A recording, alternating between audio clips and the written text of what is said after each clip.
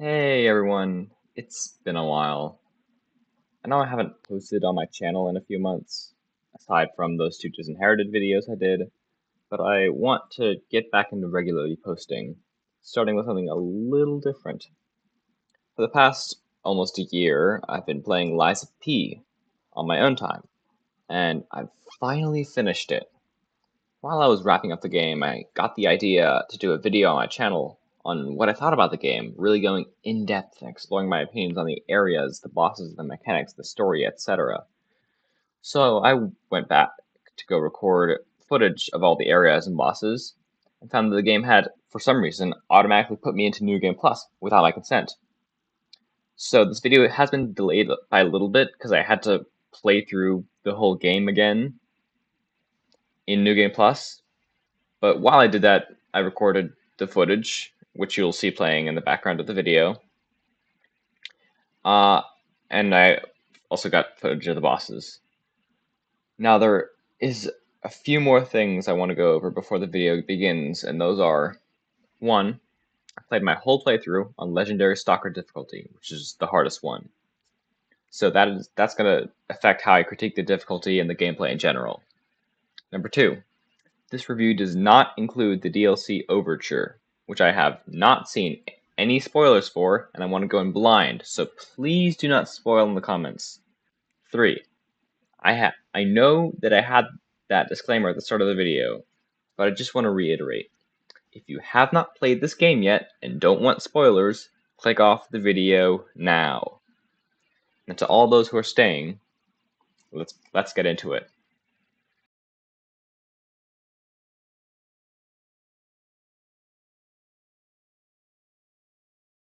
Mechanics. This game is excellently crafted. It has been compared to Bloodborne in aesthetics and Sekiro in gameplay, but I've never played either of those games. But I know this game plays really well. There are several mechanics that I want to highlight because they either stood out to me or are important to the later parts of this review. First up is weapons.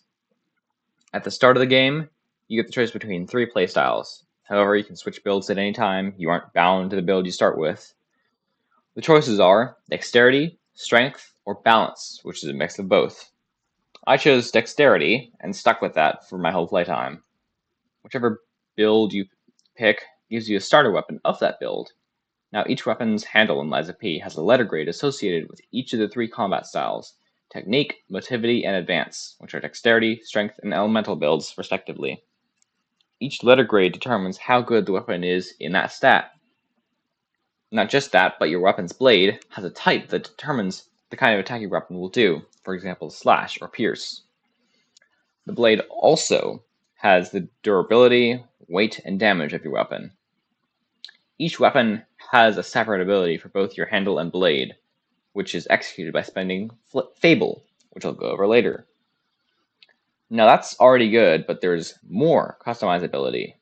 Each regular weapon can be split into blades and handles, and be combined with other weapons. For example, you could take the handle of a great sword and fuse it with a salamander blade to create a whole new weapon. I say normal weapon because there are also special weapons that you can purchase from the NPC Alidoro in exchange for boss Ergo, which you can't split into blade and handle. Each weapon blade is also, of course, upgradable, costing moonstones if it's a normal weapon, and moonstones of the Covenant if it's a special weapon. Each weapon handle can also be altered to prioritize technique, motivity, or advance. So the weapon system is already extremely fleshed out. I really like this system. I didn't end up using it a lot, as I ended up using a special weapon for most of my playthrough, but the idea alone is so genius. This is probably the best mechanic in the game. Second up, the Legion arms. In Lies of P, your left arm is a metal Legion arm, which starts out as a basic punch to deal damage situation, but then over the course of the game, you unlock more arms, such as the grappling hook, explosive shield, flamethrower, and more. The variety is amazing, and each arm can be upgraded a total of 3 more times, giving them new abilities. For example, the grappling hook arm can be upgraded from pulling enemies to you to also giving you the option to grapple yourself towards an enemy, dealing massive damage. Later in the game, you can also get an upgrade, which allows you to have 2 arms equipped at once, and lets you swap between them with the press of a button. I used the Falconized arm for most of my playthrough, which allowed me to hit enemies from afar, but I see each arm having its use, and this is such a cool idea for a Souls-like. Next up is the overall combat. Combat in this game is largely parry-focused, not so much that it's a requirement, but it's still highly encouraged. Each boss, and even some enemies, have some fury attacks, which are unblockable and must be parried or dodged. There are 3 enemy types, each with their own styles of attacking. I'll get into those more in a moment. If you rotate around a smaller enemy and face their back, you can do a fatal attack, which will deal a lot of damage and knock them down to the ground, giving you time to heal. You can also do a fatal attack when the enemy is staggered, which you achieve by parrying enemies and landing charged attacks. That, combined with all the different weapon varieties, makes for a brutal yet highly enjoyable experience. A quick side tangent I want to touch on is enemy types. Specifically, the first enemy type, the puppets. These aren't really puppets per se, but rather robots, and they're the main enemies that you're going to face in this game, with jagged movements and simple attack patterns. There are 2 more, but I'll get into those in the next sections. Alright, side tangent done. Another mechanic I want to touch on is probably the most important one, lying. In Lies of P, your character has a unique ability to lie, which will affect the story. You first have to lie in order to enter Hotel Krat, and each time you lie, you slowly become more human, as you play as a puppet. I will go over this more in detail in part 4, but for now, all you need to know is that the more you lie, the more it affects the story, and I think this is an amazing mechanic. I always love it when a game has mechanics that don't just interact with gameplay, but with story as well, and this is the perfect example. The next mechanic is Fable Slots. Every time you attack an enemy, your Fable bar charges a little, and when it's fully charged, you can use your weapon's Fable arts, one of which is determined by the handle, and the other by the blade. This is an interesting mechanic, which is very basic on the surface, but combined with the mix and match weapon system, turns this into an integral part of the Lies of P experience. Another major mechanic I want to discuss is your P organ. P organ is upgraded by spending quartz and selecting a minor benefit such as +1 pulse cell, which is the Estus flask of this game, or being able to hold more consumables at once, and working towards a larger benefit such as extra Fable slots or a second Legion arm slot. This is a really cool idea that's executed excellently because it's available from pretty early in the game, and you keep getting quartz through the rest of the game. One more unique mechanic to this game is durability. Almost no other Souls-like have weapon durability as a mechanic, but this game does it, I would say, pretty well. Each time you attack an enemy, your weapon will lose some durability. The durability automatically resets when you rest at a stargazer, this game's bonfires, but you can manually repair your weapon with a grindstone over 10 to 15 seconds, or immediately with a Vanini's Urgent Repair Tool item.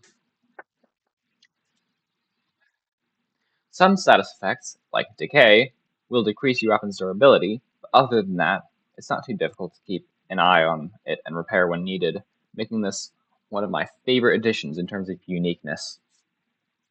The final mechanic I want to bring up is another one of my favorites. In several areas, you will encounter a ringing payphone, which when you answer, you meet the King of Riddles. He will ask you a riddle, and if you answer correctly, he will give you a Trinity key, which opens a Trinity door in the same area. These Trinity sanctums host amazing rewards, but if you answer the riddle incorrectly, you get diddly squat, which unfortunately happened to me a few times. I still really like this feature, and the lore and story behind the King of Riddles makes him one of my favorite characters.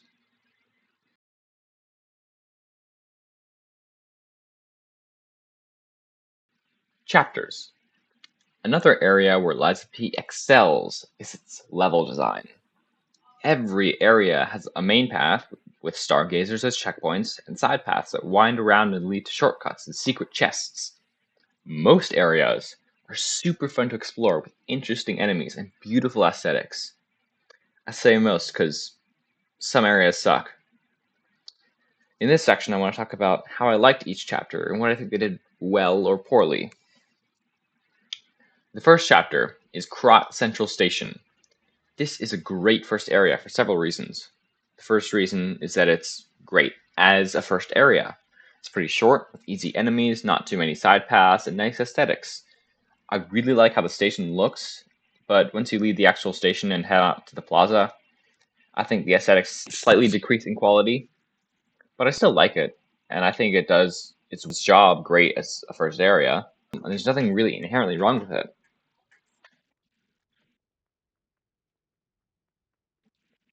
The next area is different from the others, and it's not a real area. Hotel Krat. Hotel Krat is just the hub world of Liza P. It starts with just a few NPCs and entrances, but as the game progresses, you find more people to invite to the hotel as it grows and becomes more lively. Eventually, during Chapter 9, it gets attacked by the Black Rabbit Brotherhood, who we'll get into more later, because I have a lot to say about them. And you have to deal with the fallout. But I do really like this location. The NPCs are almost all delightful. I love how new paths open as you complete areas, like the Malin District, which is Chapter 5, eventually loops back into the hotel, and then you go out through the Rosa Isabella Street entrance. And all in all, this is easily one of the best locations in the game, but not one of the best areas in the game because it's not like a real chapter. It's just one hotel. The chapter up next is a step up in every way from Krot Central Station. It's Elysian Boulevard, and this is one of my favorite areas, as it's where the posh rich folk dwelleth. The aesthetics of the different areas mesh so well together. The different parts of this area, those being the cobblestone streets, the well-furnished apartments, the rooftop pathways, and it's all so fun to explore. The enemies are tougher, and this is also where we meet Geppetto for the first time. This area also introduces the first status effect, Electric Shock. When you're inflicted with Electric Shock, your Fable starts to decrease over time, which I think is a very creative idea, and is well executed. And overall, I think Elysian Boulevard is one of my favorite areas. Chapter 3 is another of the all-time greats. Venigni Works is a sprawling factory compound, tons of new enemies, collectibles, and more side paths than any previous area. This is another favorite of mine, as it has some of the best level design, in my opinion, that this game has to offer. The aesthetics are also on point. Like, this area is peak Lies of P. It also adds a new status effect in Overheat, which is exactly what it sounds like. A fire status effect. Does fire damage. But all in all, this is one of the indisputably best areas and one of my personal favorites.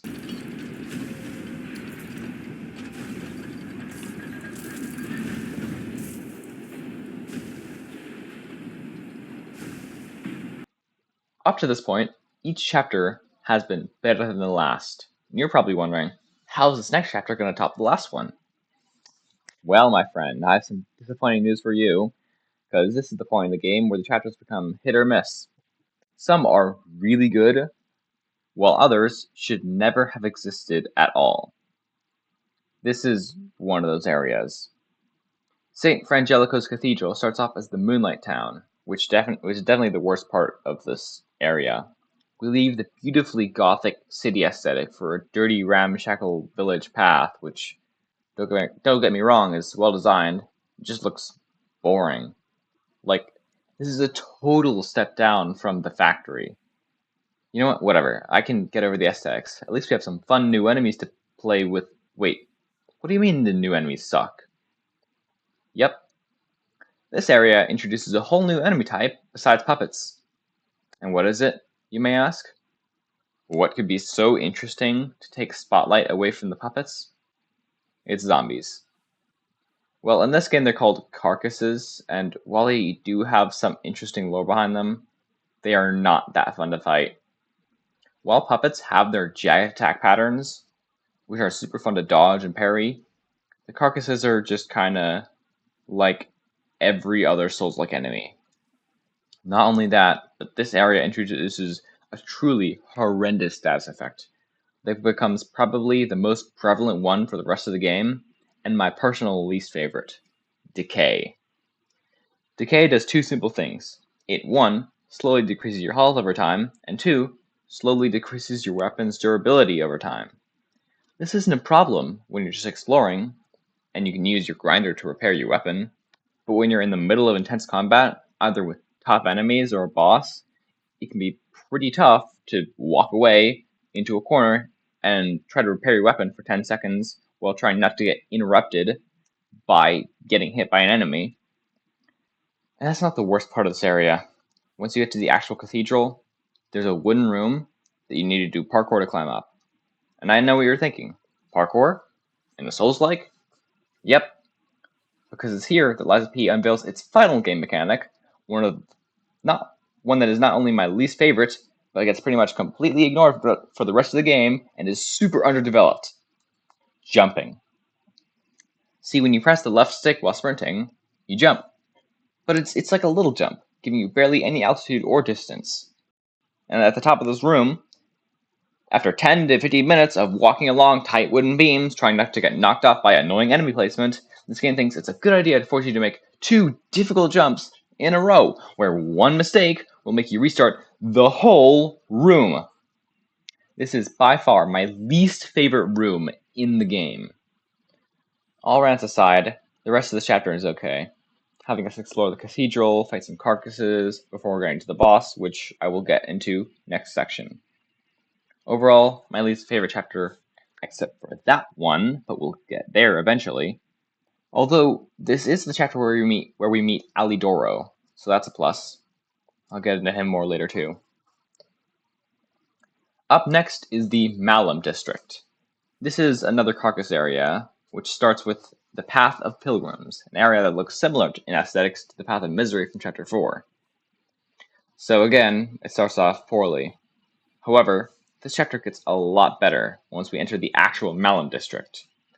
This is pretty much where the poor people lived, and it reflects that. But the architecture looks really cool. No more ramshackle huts or dirt paths. Now we have actual roads with actual houses. I really like this area for 2 main reasons. 1, the level design is back to being good, and 2, this area looks like no other area in this game.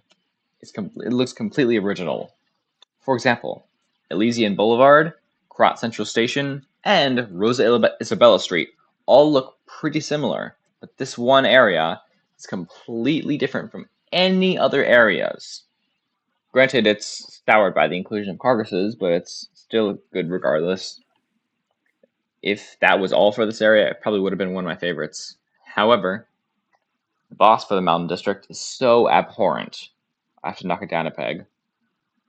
I won't go into details here because I want to leave that for the next section, but trust me, it's bad.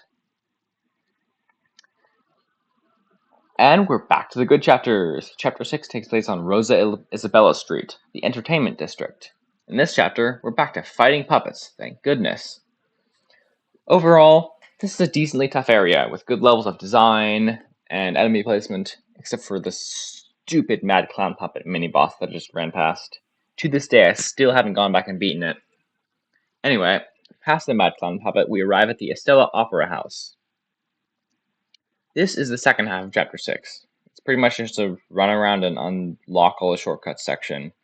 However, the enemies here kinda suck. They're annoying, kinda spammy, and weird to parry. Not only that, but they give you a new status effect: Disruption.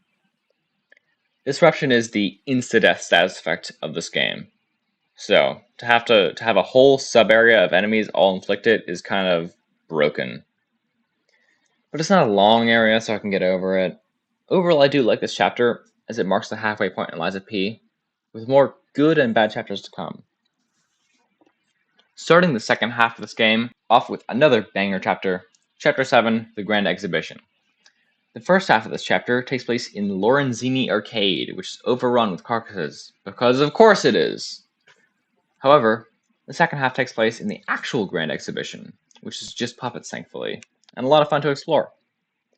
Chapter 7 also has, in my opinion, some of the best level design in the game, with so many paths looping back into the same two stargazers, which I think is very clever. The one section I don't really like is where you're walking across these steel rafter beam things, which are very thin, so it's pretty easy to fall off, and there's puppets stationed out there who will throw electric projectiles at you, which will knock you off, and you will lose 5 to 10 minutes of progress. Aside from that absurd section, the Grand Exhibition is a pretty great area. The aesthetics are nice, the new enemies are interesting, and it's good chapter length. And just as soon as we got back to the good areas, we're back in a bad one. Barren Swamp is the next of the non-city chapters, and while it is a poison swamp, it's probably my favorite of said non-city chapters for one reason alone. There's practically no carcasses. See, the Barren Swamp is just where the citizens of Krat would dump unwanted puppets, so all the enemies here are just discarded and broken puppets, including several returning enemies from previous areas. This being a poison swamp, though, they introduce a new status effect, corruption, which is just poison. Hooray! I don't actually have much to say about this area. It's relatively short, only taking me like 40 minutes to an hour to get through on my first playthrough. Not counting the side path that opens later takes another 30 minutes. This is overall a decent area with decent enemies. Let's move on to the next one. Now we have one of the most interesting chapters in the game, Krat Central Station. Yes, you heard me right. Barren Swamp loops back around to Krat Central Station, except it's different now. How is it different, you may ask? Well, it's been overrun by more carcasses. Are you kidding me? Except now, not only are the carcasses running around, they're also possessing the robots, which is actually a pretty cool premise, and I do like that part. But as we make our way through the station, we find several previously open paths that have been blocked, and we have to find long-winded ways around them. Eventually, we are able to make it out of the actual station, but the chapter's not over yet, as we have to make our way through the winding roads that are literally falling apart because of these huge airco crystals growing. And honestly, I do like this concept. I love it when you come back to the first area in a game and it's been changed by some external force, like in Hollow Knight, when you come back to the Forgotten Crossroads after killing a dreamer and find it's been infected. However, the ergo infection has resulted in this area becoming much longer than it used to be, making it about as long as the regular area. There is one thing, though, that I cannot stand in this chapter. About halfway through, you're making your way through an abandoned apartment to find a mini-boss, the Walker of Illusions. Now, I haven't mentioned mini-bosses yet, because they haven't really been important. But this one is so insanely difficult for just a mini-boss, and so stupidly, like, it feels like overpowered. It legitimately took me almost an hour of trying to beat this guy before I made it past. Its attacks are just so weird and unnatural. I don't like them. Oh, what's that? It returns in a future chapter as a regular enemy? Great. All in all, this is a pretty decent area weighed down by a few cons. But now that we've had a few bad chapters, we're bound to get a good one next, right? Right? Chapter 10 is hands down the worst chapter in the entire game. The Relic of Trismegistus entrance, yes, that's the full name, is the shortest area, and if not for the boss, you could probably make it through this area in 10 minutes, while getting all the side collectibles. It also forgoes the city aesthetic for some caves, which, don't get me wrong, look decent, but it's just kinda eh. You literally come in through the painting in Hotel Krat, walk for 1 minute, fight a really tough enemy, walk for 2 minutes, fight some moderately tough enemies, find the boss door. After the boss, you find Alidoro, some loot, and a submarine that takes you to the final chapter. I cannot stress this enough. This chapter did not need to exist. The only reason it did was to house a boss fight that they couldn't fit anywhere else in the game, but of course it has to include. Not only that, it is the worst boss fight in the game, hands down. But we'll get to that in the next section. Overall, this chapter sucks. It's way too short, and the level design is just okay. On to the next one. We are now in the last chapter of Lies of P, the Isle of Alchemists / the Arch Abbey. And to make up for the disappointing length of the last chapter, this chapter is by far the longest chapter in this game. Almost 3 times the length of another chapter, of any other chapter. But the question on everyone's minds, is it any good? Yeah, I would say so. It's no S tier like Vanini Works or the Grand Exhibition, but I would say it's a solid A. This chapter also majorly switches up the aesthetics, going for a more medieval theme, as most of the chapter takes place inside this huge, sprawling castle. You begin by storming the front gates, fight a mini-boss, and slowly make your way through the castle, climbing steadily higher and higher. Eventually, after like an hour of exploring, you make your way to a bridge where you climb even higher for around 30 more minutes, and eventually come across the final boss.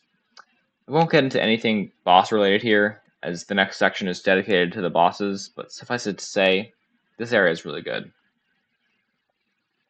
While most of the enemies around the bottom of the castle are carcasses, as you climb ever higher, the enemies shift more into puppets and reanimated humans. Yeah, that's the whole thing I didn't get into. I'll cover it a little in the story section, but I'm mostly going to ignore it because this video is already going to be long enough. I think overall, this is an amazing final chapter. Lies of Peace chapters may not all leave a mark, but they all have their place in the game. Some more important than others. Chapter 10.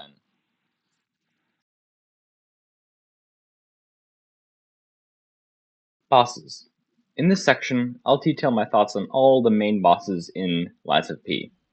The pure variety and creativity of boss design in this game rivals that of some FromSoft games, with the exception of a few bosses, which, I mean, you'll know when I get there.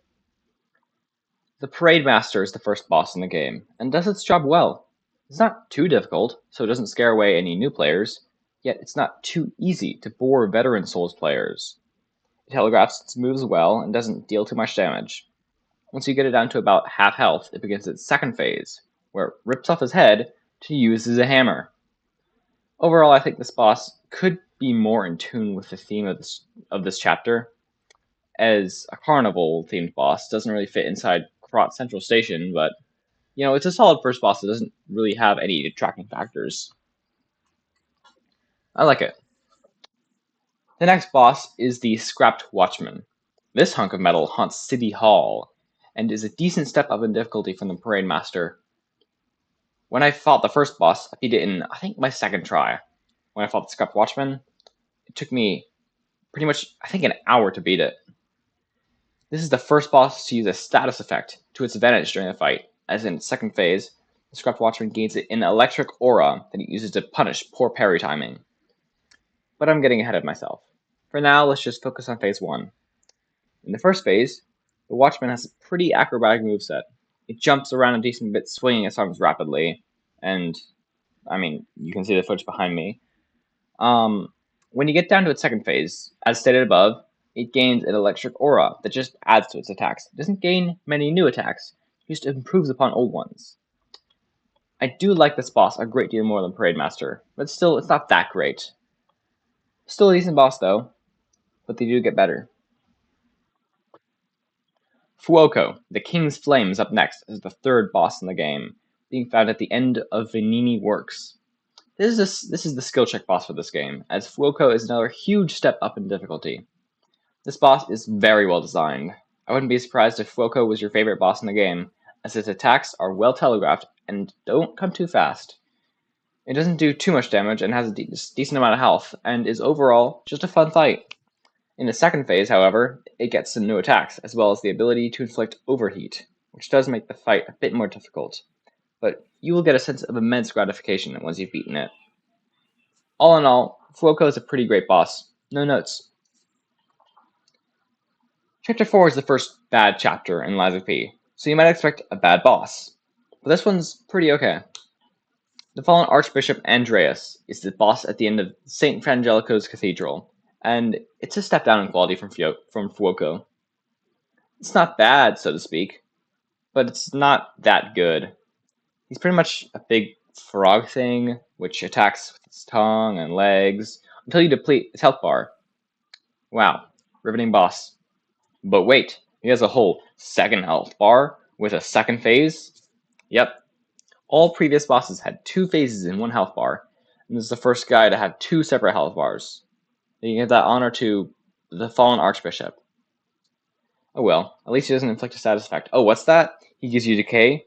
Oh, the one that decreases the durability of your weapon in both phases? Great. But onto his second phase, he has 2 sides that you can fight him on. One, the frog side from phase 1, with no changes made, or 2, a weird flying thing that's insanely hard to hit and does stupid attacks. I wonder what side everyone's going to pick. All seriousness though, this boss isn't bad. He's not as tough as Fuoco, and he doesn't deal that much damage. And the frog side is incredibly easy to parry.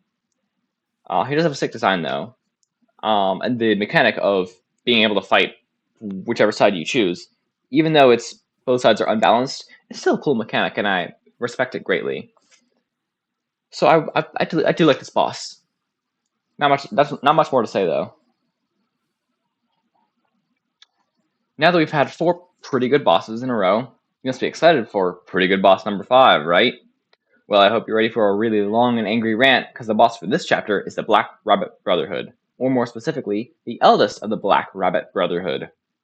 The BRB, I'm going to use that acronym because Black Rabbit Brotherhood is way too long to say every time, is a group of still living humans that pretty much rule the Malum district. There's the eldest, the eccentric, the battle maniac, and the youngest. Yep, you probably guessed where this is going. A gang fight.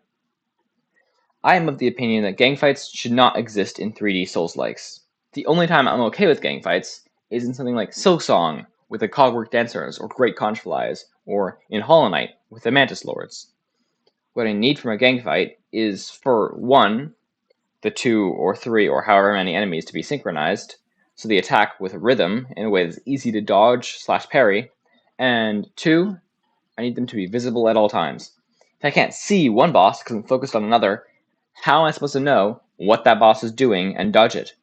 Luckily, this fight isn't as bad as you're mainly fighting the eldest of the BRB, who is the most fun to fight. Like his attacks, with arcing swings with his big sword, very fun to parry and dodge. And if it was just him, this would be an amazing fight. However, all the others suck, and when the boss's health bar reaches 75%, 50%, and 25%, the eldest calls in the youngest, the eccentric, and the battle maniac, respectively, to aid him in combat. And the only way to get rid of the other BRB members is to shift focus to them and attack them, therefore taking your focus away from the eldest so you can't see what he's doing and can't dodge him. And if you ignore the others that the eldest calls in, he just keeps calling the next ones when the damage criteria is met. So if you ignore the others indefinitely, at the end of the battle, you'll end up with 4 different enemies with 4 different fighting styles hounding you at once, and you can't get a single attack out. Do you see the problem with this fight? Whatever, I digress. It's not that bad. Overall, as soon as you slightly damage any of the others, they immediately leave to save their own lives, so you end up spending most of your time fighting the eldest, eventually killing him. Well, thank goodness that's over, and the rest of the game's bosses are smooth sailing. It's not like there's another Black Rabbit Brotherhood fight later in the game, right? Well, the next boss is probably the best one yet. Now introducing the King of Puppets, who resides in the Estella Opera House. This is another 2 health bar 2-phase fight, with the first phase being this big robot King of Puppets. His attacks are pretty well telegraphed, easy to parry, etc. However, this fight gets good in the second phase, when the giant robot opens up to reveal Romeo, the King of Puppets. This guy is fun to fight. His moves are very acrobatic, jumping around and swinging his sickle that inflicts overheat. I don't really have much to say about this boss. It doesn't stretch too far into the story aspect, which I'm going to go over in the next part. This is just overall a very good boss fight, in which I struggled greatly on my first encounter. Up next is maybe my favorite boss in the game, Champion Victor. Champion Victor is faced at the end of Chapter 7, the Grand Exhibition. This boss left an impression on me. I love how this is the first human, in quotes, boss we've had, as he was a fighting champion that was brought back to life by the alchemists, but I found his moves to be very fun to dodge, parry, and punish. He telegraphs his moves well, And when he gets to half health, he begins his second phase, which I really like. Not because he has some over-the-top transformation with tough-to-dodge attacks and a whole new moveset, but because he has a very similar moveset, just slightly altered. He doesn't inflict any status effects, just changes up some of his combos to keep you on your toes. This is a great choice, because in the grand scheme of things, he's not an important boss. He's no King of Puppets, he's no Black Rabbit Brotherhood. He doesn't have a second health bar, so his second phase shouldn't be super egregious. I would say this is my favorite boss by far, except for one other that might take the cake. This next boss might be the most heavily debated one in the Lies of P fandom. Some people love it, some people hate it. The green monster of the swamp is found at the end of the Barren Swamp. Its moves in the first phase are very arm-swingy focused. And oh, what's that? It inflicts decay? Wonderful! Back to its moves, they're not that difficult to dodge or parry, just kind of annoying. But not that tough to beat. Oh, what's that again? There's a phase 2, with even tougher to dodge and parry attacks. And more health? Great. The second phase gets its own health bar as the monster takes over the shell of a scrapped watchman. Its moves are definitely harder to dodge as it leaps and charges around the arena, and despite what I just said, it's not that bad. Only took me like an hour of attempts. Kind of mid-boss overall. This next boss is one of my least favorites in the game. Not because it's unbearably hard, or poorly balanced, or horribly designed, but because it's anticlimactic. As you may remember in the previous section, when I went over the chapters, Chapter 9 is an evolved version of Chapter 1. The same area has been taken over by ergo crystals and carcasses, and so, the final boss for this chapter is also an evolution. Corrupted Parade Master lies in wait in the same place it did before, except this time it inflicts decay. The problem I have with this boss isn't that it's a repeat, it's that it isn't done justice. The boss has one phase. Yes, you heard me right. This is the only main boss to have one phase, except for like the first Black Rabbit Brotherhood fight, but I'm not really counting that. Even the original Parade Master had two. The only semblance of a second phase in this fight is when you get it down to about 60% health, it gains one new move, and that's to summon a weak minion. That is no second phase. The devs didn't even give this guy a Crack's Calling at the entrance to the boss. That's where you summon a Spectre to help you fight, if you so desire, and suck at the game, like I do. All the stuff comes together to make this fight feel just unfinished. Like it's not final. Like there's another boss after it and the chapter isn't over. But the chapter is over. The boss's moveset is pretty similar to before, with a few new moves, but overall it just doesn't feel like a real boss. Just straight up disappointing. Out of the frying pan and into the fire. This next boss is hands down the worst in the game. Worse than Corrupted Parade Master, and worse than the first Black Rabbit Brotherhood fight, because it's the second Black Rabbit Brotherhood fight. This fight is everything wrong with gang fights and Souls-likes. You start off fighting all three living members of the BRB at once. They even take turns applying status effects to their weapons, those being Overheat, Electric Blitz, and Decay again? Are you kidding me? Why does every boss in this frickin' game inflict decay? Alright, whatever. Let's just take them out one at a time, get lucky with dodges and enemy patterns, and now I've killed two of them, so this last one won't be too much trouble. Are you kidding me? I gotta fight this guy at the same time as another member of the BRB again? Why was this brought back? For what purpose? Just have them spawn in when I kill off all the others as a surprise second phase. As I stated prior, this boss is by far my least favorite in the game, and it's not even close. At least the first BRB fight was somewhat well balanced. This is just throwing three bosses in a room and hoping the difficulty translates. There's no sugarcoating this. If you play this game and actually enjoy this boss, you're crazy. And now we're into the final area. The final boss, right? Nope. Not even close. Because Chapter 11 has three main bosses. Yep. You heard me correctly. Three bosses. And the first of these bosses, Laxasia the Complete, is located on the Arch Abbey Ascension Bridge. If this is your favorite boss in the game, I totally understand. Because this boss is a banger. This single-handedly makes up for both the Green Monster of the Swamp and the Corrupted Parade Master. Not the Black Pirate Brotherhood Part 2. It's not that good. The first phase is very parry-focused, but very well telegraphed.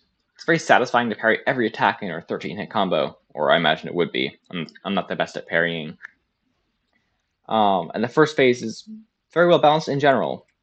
My only issue is that it has like a ton of health, and that means it takes like 5 minutes, which would be fine on any other boss, but the second phase is incredibly difficult. So anytime you die in the second phase, it takes forever to get through the first phase, and eventually, that first phase you had so much fun with becomes a slog and loses its luster after doing it 50 times in a row. The second phase, however, is a different story. This is difficulty done right. No stupid artificial gang fight BS. This phase has good telegraphs, tight parry windows, and some really cool attacks. And creative moves, like when she flies up in the air and fires lightning bolts at you, which you have to parry back at her to deal damage. I really like that move specifically, because it's so creative. The game never tells you, you just have to figure it out for yourself. The moment I realized you can parry the lightning back was the moment I fell in love with this boss. The vibes this boss fight give off are also immaculate. It feels like a totally different game. The aesthetics of the bridge combined with Laxasia's 2 phases make this feel like something straight out of Elden Ring. All in all, this is probably the best designed and hardest boss in the game, as it took me literal hours over the span of 2 days. But once I beat it, I felt such an immense wave of satisfaction. This boss is peak. Up next, at the Arch Abbey Cradle of the Gods, we fight Simon Manus, the Arm of God. This is the fake final boss for Lies of P, and compared to Laxasia, this guy's a cakewalk. His first phase is pretty easy, consisting of big guy swinging hammer around. It's not very original until we get to the second phase, which gets its own health bar, and for good reason, as it starts with a killer cutscene, followed by a decently difficult phase. Simon rolls around the arena, swinging his hammer at you, while his Arm of God calls down divine vengeance to smite you, and it's pretty fun. It does remind me a bit of the moveset of Godric the Grafted from Elden Ring. This boss also inflicts a status effect. This time, however, it's not decay. Finally! Rather, it's disruption. Yep, the insta-kill one. Look, I'm against bosses inflicting insta-kill status effects in games, but this boss isn't too egregious. He has some attacks where his Arm of God calls down holy projectiles that do a bit of damage but also inflict some disruption. But luckily, they're pretty easy to dodge, so I'm willing to let it slide. Overall, pretty good boss. But as the final boss, it falls short in many ways. Good thing this isn't the true final boss. The true final boss of Lies of P is encountered after defeating Simon Manus, and after taking an elevator under the abyss, you face the Nameless Puppet. A lot of this boss's greatness comes from storytelling, as your level of investment in the lore will impact how you view this boss. If you've been cruising through this game without a care for the story, then you'll probably find this boss, decent. But if you've been paying attention, talking to the NPCs, getting invested in this story, then you will likely love this boss. I won't go into detail on the story here, as that's for the next section, but what I will go into detail on is the fight itself. This fight is similar to Laxasia in that it's very parry-centric. The first phase, this boss is very agile, dashing, hopping in and out of range while doing combos which are not that hard but not that easy to parry. Occasionally, it'll heal a bit of health back or switch fighting styles from sword to spear. Once you delete its health bar, the real fight begins. The second phase is definitely harder than the first phase, but still doable. The Nameless Puppet gains a whole new slew of moves, arcing slashes, dexterous combos, tons of hard to parry stuff. There's not much else to say about this fight, except that it's super epic and hard to describe. You can probably see the footage playing in the background though. I do really like this boss though. This is the other contender for favorite boss alongside Champion Victor. At the time of writing this script, I still don't know which boss I like more, as they're both equally good for separate reasons. If you've played this game, let me know in the comments which boss you liked better and why. And which one's your favorite. In the end, this is a phenomenal boss, with epic storytelling and an amazing experience overall.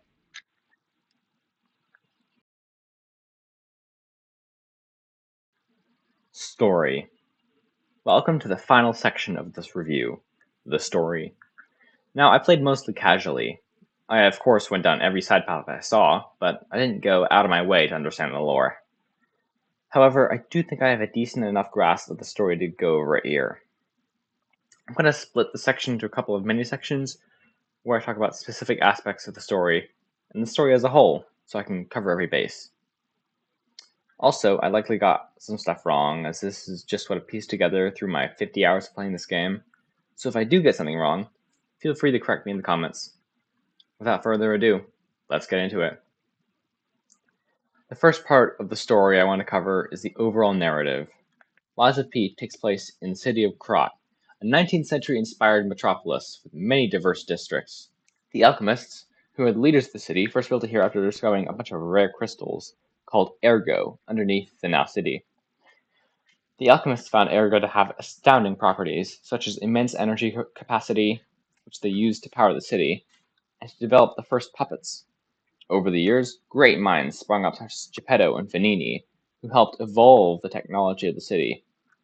Eventually, they got to the point where pretty much everyone had puppet servants, who were all instilled with the Grand Covenant, a set of rules the puppets must follow, such as a puppet must obey its master and a puppet may never lie. The upper class of Krat also hired people called stalkers to pretty much be their bodyguards and protect them from harm. Things in the city of Krat were going well when the alchemist's experiments with ergo led to the outbreak of the petrification disease. The petrification disease does exactly what it sounds like. It spread rapidly across the city, slowly turning the whole population into stone. The alchemists scrambled for a solution, and when they experimented on civilians, they accidentally mutated them into the first carcasses. However, through trial, error, and a lot of ergo, the alchemists found a way to bring people back from petrification, to make them complete. As the petrification disease was still spreading, though, another catastrophe occurred. Each and every puppet went crazy and attacked their owners in what is now known as the puppet frenzy. Nearly every human was wiped out, except for the stalkers and the alchemists. Strangely, though, only the puppets imbued with the Grand Covenant went crazy, almost like someone was pulling the strings. Shortly after the puppet frenzy, as it can't have been more than a few months afterwards, a puppet is awoken in a train car by someone with a mystical connection to ergo. This puppet is unlike any other, as not only is it not bound to the Grand Covenant, it also looks human. As this puppet makes its way through Krat, solving mysteries and saving people, it eventually makes its way to the Isle of Alchemists and confronts the leader of the alchemists, Simon Manus. After defeating the arm of God, the puppet confronts its creator, and while it fights its final foe, it remembers and reflects flashbacks of meeting new people, of feeling happiness, sadness, anger, all emotions that humans experience. It recalls experiences it has lived, and once it defeats its foe, it emerges as no longer a puppet, but a real boy. The story of Lies of P is one about love, loss, and everything that makes you human.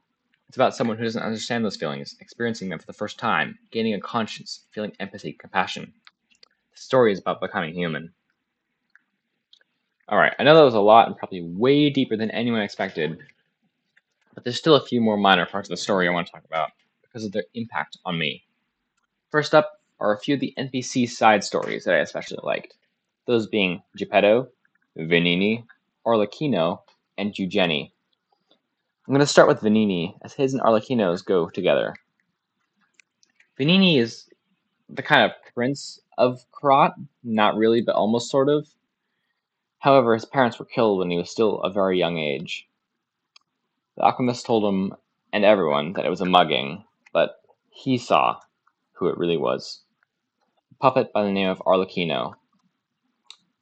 Throughout the game, you receive calls from a mysterious individual who calls himself the King of Riddles, who tells you one riddle each call. In your last call from him, he asks you one important question: are you a murderer? Upon answering yes, he congratulates you and mentions his own passion for murder, and his voice glitching out reveals that he's been a puppet this whole time. You can probably see where this is going, but when you're exploring the final chapter, in the Arch Abbey Trinity Sanctum, you can find a puppet attached to the wall, and upon talking to him, he reveals himself to be none other than Arlecchino, the King of Riddles. During your conversation, he asks you one final question. Are you human? Upon answering yes, he proclaims that finally someone understands. We are human. This next part is a bit fussy, but I believe Arlecchino to be one of the first puppets in Crot. As the longer a puppet is alive, the greater chance they gain an awakened ego, which just means they become conscious. And while Arlecchino is a murdering psychopath, he is human. He feels feelings, even if those feelings aren't friendly. Next up is the story of Eugenie, which is entangled with the story of the NPC Alidoro, who I've mentioned a couple times in this review before. Eugenie is a part of the Workshop Union, and she came to Crot from across the sea when she was too young to remember. When the Workshop Tower fell, she was saved by a stalker wearing a wolf mask, who went by the name of Alidoro. Since then, she's been a huge fan of his. When he comes to stay at Hotel Crot for a while, she makes him a pair of gloves. When he gives them to him, because she's too shy to give them to him herself, he calls them rubbish and makes fun of her behind her back. At the end of chapter 10, it's revealed by Alidoro that he's not the real Alidoro, and that he killed the real one and stole his identity. Upon killing the fake Alidoro, he drops a decoder that, once given to Venini to decode, opens to reveal a letter from the real Alidoro to Eugenie. According to that letter, Alidoro was Eugenie's older brother, and he came to Crot with her from across the ocean. However, he discovered a secret that put his life in danger, and to keep her safe, he kept his distance. He only wished to apologize to his sister because he couldn't see her again. And this legit almost makes me cry when thinking about it. The fact that this side NPC has such a rich and heartbreaking backstory just adds to the overwhelming list of positives about this game. The final character story I want to go over is Geppetto's. Geppetto was in league with the alchemists. I don't think he was one, but he was like up there. And he had a son named Carlo. However, when the petrification disease struck Crot, he lost his son and fell into a deep pit of despair.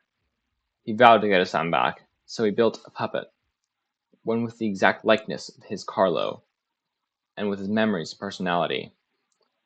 However, something was wrong. The puppet had Carlo's personality, but not his memories. So he shut it off for now and locked it in a train car. He then began to enact a plan to bring his Carlo back. To do this, he needed several unusual materials and massive amounts of ergo. So he programmed an extra rule into the Grand Covenant, as he was the designer of all the puppets. Rule number 0. The puppet's master is Geppetto. He then ordered the puppet frenzy, killing tons of people to harvest massive amounts of ergo. Then, when the arm of God was defeated, he finally had all the materials and ergo he would need. He then asked his puppet son for his heart, so he could bring his Carlo back. But when his son refused, Geppetto sicked his creation, the nameless puppet, onto him. And when the battle was about to end, the nameless puppet had a blow into Geppetto's son's heart. Geppetto took the blow, allowing his son to finish off the nameless puppet. And as Geppetto dies in his son's arms, he apologizes for everything. I really like the story, as it's super creative and not at all what I was expecting going into this game. However, we still have one last mini section to get through. And finally, the various bosses. I specifically love the story behind the nameless puppet, Champion Victor, and Romeo, the king of puppets. So those are the ones I'm going to go over. Starting off with Champion Victor. He was one of Crot's most beloved celebrities, a fighting champion who nobody could best. Fell ill to the petrification disease. After his passing, the alchemists did some experiments and were able to bring him back to life, but under their control. There isn't a lot to this boss's story, I just like it. Next is Romeo, the king of puppets. Romeo grew up kind of like a normal boy. He had one friend named Carlo, whom he drifted away from over time. when the Grand Covenant forced all puppets to attack humans. Romeo sent a message to Carlo, asking for help. However, Carlo didn't respond. In the cutscene before the King of Puppets fight, Geppetto's son watches a play put on by Romeo. It depicts Geppetto removing his son's heart in order to retrieve Carlo, showing Romeo trying to warn Geppetto's son of what's to come. When Romeo is defeated, he mentions Carlo's name and thanks him for freeing him. The final boss I want to go over the story of is the final boss in the game, the Nameless Puppet. Over the course of this review, I've teased you with hints of what the story in this final fight is like. And now, the final part of the review, you'll find out. When you start the fight, you get intermittent interjections from Geppetto with things like, "I knew you had gone astray, you troublesome little puppet," and "If you can't find those memories, I'll make you into a real human myself." However, in the second phase, you start to hear other quotes, other voices from your past. "Oh, I forgot to introduce myself. I am Eugenie, from the Workshop Union. The passion of those days is long gone, but I still dream of those memories. You're someone who doesn't give up. Who knows?